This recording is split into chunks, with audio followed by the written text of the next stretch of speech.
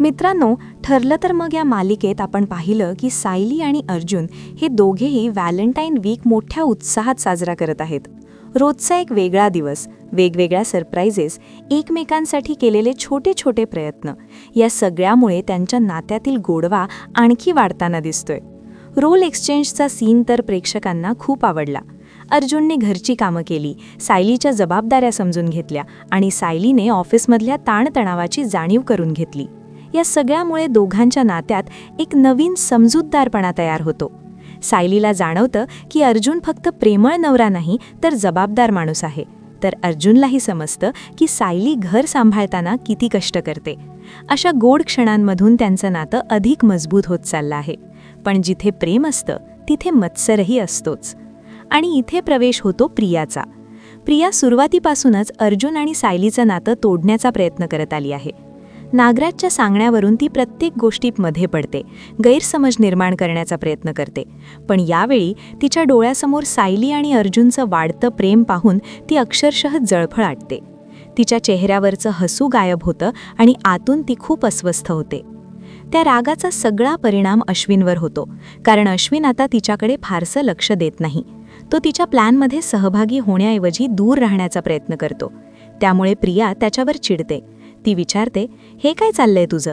या व्हॅलेंटाईन वीकमध्ये तू माझ्याबरोबर वेळ घालवत नाहीयेस, माझ्याकडे लक्ष देत नाहीयेस, नेमकं प्रॉब्लेम काय आहे?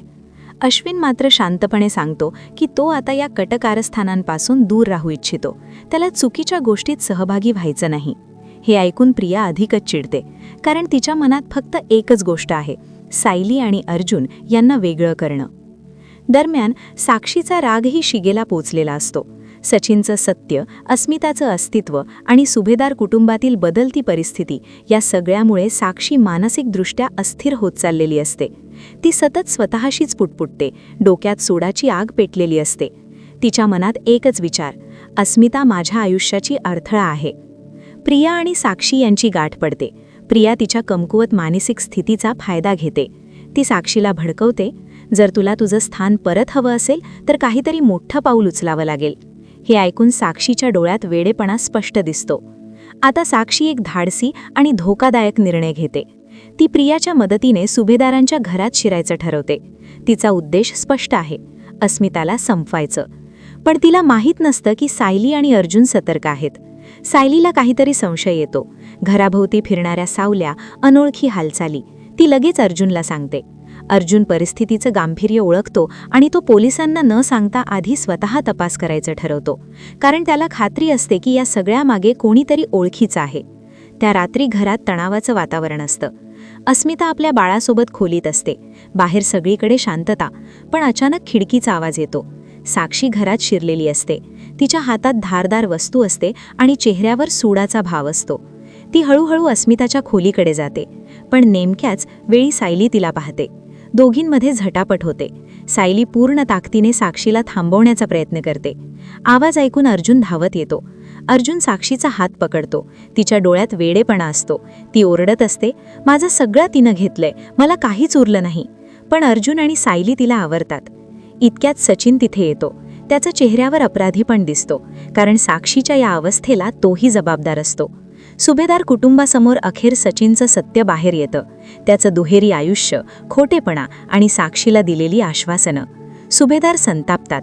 त्यांना समजतं की या सगळ्या गोंधळामागे किती मोठं खोटं लपलेलं होतं. दरम्यान पोलीस येतात. साक्षीला अटक होते. ती अजूनही सायलीकडे बघून धमक्या देत असते.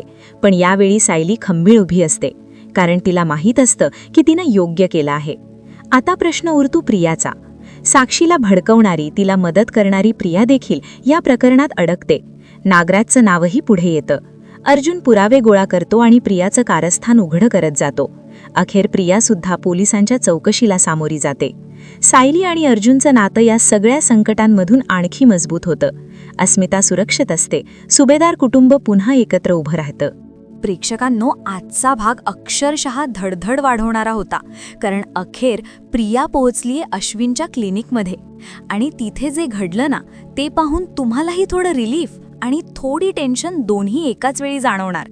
तर सीन सुरू होतो अश्विनच्या क्लिनिकमध्ये. प्रिया थोडी घाबरलेली, थोडी अस्वस्थ अशा अवस्थेत बसलेली दिसते. तिचा आवाज जवळजवळ बसलाच होता, नीट शब्द बाहेर पडत नव्हते. अश्विनने आधी तिला शांत बसायला सांगितलं आणि मग नीट तपासून औषध दिलं. तो अगदी काळजीपूर्वक सांगतो, हे बघ, झोपायच्या आधी व्यवस्थित गुळण्या कर. फक्त एकदाच नाही, दिवसातून 2-3 वेळा कर. घसा पूर्ण साफ झाला पाहिजे आणि ही गोळी वेळेवर घे. प्रिया त्याच्याकडे बघते, औषध हातात घेते आणि लगेच घेतेही. काही वेळाने हळूहळू तिचा आवाज बाहेर यायला लागतो. अगदी हलका का होईना, पण शब्द स्पष्ट होऊ लागतात. तेव्हा तिच्या चेहऱ्यावर थोडंसं समाधान दिसतं. मनातल्या मनात ती विचार करते, चला, बरं वाटायला लागलं, देवाचे आभार. अश्विन लगेच विचारतो, आता थोडं बोलता येतंय ना? बरं वाटतंय का? प्रिया हलकसा हसत म्हणते, हो, थोडं बरं वाटतंय. अश्विन मग म्हणतो, ठीक आहे, पण हे फक्त सुरुवात आहे. अजून 4 दिवसांच्या गोळ्या नेतो तुला. पूर्ण कोर्स करायचा आहे, मध्येच बंद करू नकोस. पण इथेच प्रिया थोडी घाई करते. ती म्हणते, नाही रे, आता बरं वाटतंय. मला तर भीतीच वाटली होती ती माझा आवाज कायमचाच गेला की काय. हे ऐकून अश्विन थोडा गंभीर होतो. तो म्हणतो, हे बघ, नको ते प्रयोग करत जाऊ नकोस, नाहीतर खरंच एक दिवस तुझा आवाज कायमचा जाईल. आणि प्रेक्षकांनो, इथेच प्रियाच्या मनात धडकी भरते, कारण ती मनात म्हणते, अरे देवा, याला काय कळलंय? मी काय केलं होतं ते समजलं का याला? ती थोडी घाबरून विचारते, म्हणजे काय म्हणतोयस तू? अश्विन सहजपणे उत्तर देतो, अगं म्हणजे रोजचं बाहेरचं खाणं बंद कर. तुझ्यामुळे मलाही रोज बाहेरच खावं लागतं. तुला माहितीये का, बाहेरचं खाल्लं की शरीरावर किती वाईट परिणाम होतात? काय खाल्लं होतंस नेमकं? प्रिया लगेच अडखळते. मी काही खाल्लं नव्हतं बाहेरचं, खरंच. मी काहीही उलटसुलट खाणार नाही आणि अर्जुनने बनवलेलं तर अजिबात नाही. हे बोलताना ती स्वतःच थांबते, कारण तिला जाणवतं की जास्त बोललं तर घोळ होईल. अश्विन लगेच विचारतो, काय काय म्हणालीस? प्रिया सावरत म्हणते, अरे नाही, म्हणजे मी म्हणतीये की आता मीच घरी स्वयंपाक करेन, तुझ्यासाठी, माझ्यासाठी. सध्या अर्जुन स्वयंपाक करतोय ना, पण आता मी बघते सगळं. अश्विन शांत होतो. त्याला फारसं काही संशय येत नाही. तो फक्त म्हणतो, बरं, स्वतःची काळजी घे आणि संध्याकाळी येताना तुझं घशाचं औषध घेऊन येतो. प्रिया म्हणते, ठीक आहे, मी निघते. आणि ती क्लिनिकमधून बाहेर पडते. पण प्रेक्षकांनो, खरी स्टोरी इथे संपत नाही. इथूनच तर सुरुवात होते. क्लिनिकच्या बाहेर पडताच तिच्या चेहऱ्यावर पुन्हा तीच गंभीर छटा येते. आत्तापर्यंत ती अश्विनसमोर सावरून बोलत होती, पण बाहेर येताच ती लगेच फोन काढते. नागोबाचा नंबर डायल करते. तुम्हाला आठवतंय ना, थोड्याच वेळापूर्वी नागोबाने तिला फोन केला होता, पण तेव्हा प्रिया बोलू शकली नव्हती. त्यामुळे आता ती स्वतःहून त्याला कॉल करते. फोन वाजतो आणि नागोबा लगेच उचलतो. तो थोडा चिडूनच म्हणतो, काय चाललंय प्रिया? आत्ता फोन केला होता, काही बोलली नाहीस, काय प्रकार आहे? प्रिया थोडा वेळ शांत राहते, मग म्हणते, जरा थांबता का? मला बोलू दे आधी. आता मी जे सांगते ते नीट ऐका. तिच्या आवाजात आता आत्मविश्वास आहे, थोडा ताणही आहे. ती पुढे म्हणते, मी आत्ता अश्विनच्या क्लिनिकमधून निघालीये. माझा आवाज बसला होता म्हणून बोलू शकले नाही, पण आता सगळं नियंत्रणात आहे आणि मी आता साईट मॅनेजरकडे चाललीये. नागोबा विचारतो, साईट मॅनेजरकडे? अचानक कशासाठी? प्रिया म्हणते, कारण आता वेळ आलीये पुढचं पाऊल टाकायची. जे आपण ठरवलं होतं ना, ते आता करावंच लागणार आहे. प्रिया नागराजशी बोलतीये. नागराजचा आवाज चिडलेला, काळजीनं भरलेला. तो म्हणतो, सायली त्या साईट मॅनेजरकडे चाललीये. जर तो साईट मॅनेजर तिला भेटला ना, तर तुम्ही कायमचे जेलमध्येच राहणार. काहीतरी कर प्रिया. नागराज पुढे अजून कडकपणे म्हणतो, मी तुला तिथे बातमीदार म्हणून ठेवलेलं नाही. तिथे जा आणि काहीही करून अर्जुन आणि सायली त्या रमेशला भेटणार नाहीत याची व्यवस्था कर. प्रिया मात्र शांत पण ठाम आवाजात उत्तर देते, मी तिकडे जाणारच आहे. माझा घसा बसला होता म्हणून मी आधी अश्विनच्या क्लिनिकमध्ये आले होते, पण सायलीचा पाठलाग मी करतच आहे. तुम्हाला इन्फॉर्म करावं म्हणून फोन केला. नागराज थोडा खुश होतो. शाबास प्रिया, कधी कधी डोकं चांगलंच वापरतेस तू. पण प्रिया इथे थांबत नाही. ती टोमणा मारत म्हणते, तुमची शाबासकी तुमच्याकडेच ठेवा. तुम्ही तुमचं डोकं नीट वापरलं असताना तर आज जेलमध्ये नसता. हे बोलून ती फोन कट करते. तिच्या चेहऱ्यावर आता स्पष्ट दिसतं, ती कुणासाठीही काम करत नाही, ती स्वतःसाठी खेळतीये. आता सीन कट होतो सायलीकडे. सायली त्या साईट मॅनेजरच्या घराकडे चाललीये. तिला रमेशचा पत्ता हवाय, तोच रमेश ज्याने त्या बाबूला ट्रक दिला होता, केसचा महत्वाचा दुवा. सायली घरासमोर पोहोचते, पण घराला कुलूप. ती थोडी निराश होऊन म्हणते, अरे देवा, हा कुठे गेला असेल आता? आजूबाजूला कोणीच नाही. उन्ह कडकडीत, डोक्यावर प्रखर ऊन. ती मनात विचार करते, आता वाट बघावी लागणार. तो येईपर्यंत इथेच थांबते. ती तिथेच उभी राहते. वेळ जातोय, ऊन वाढतंय. तिला काय करावं ते सुचत नाही. सावली नाही, बसायला जागा नाही. इतक्यात तिच्यासमोर एक सावली येते. सायली वर बघते आणि तिच्यासमोर अर्जुन उभा.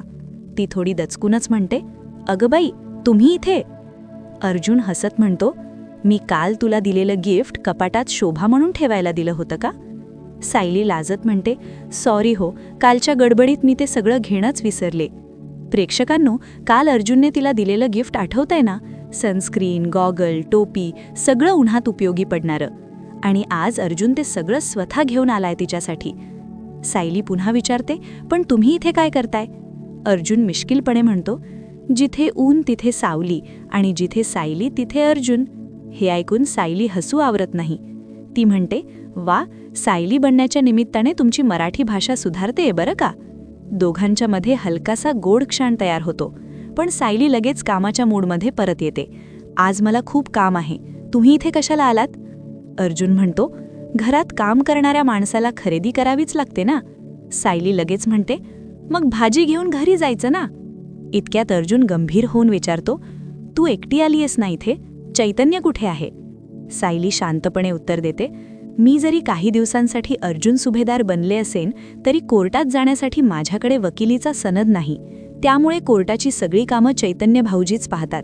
तारखा, कागदपत्र सगळं तेच हँडल करतात."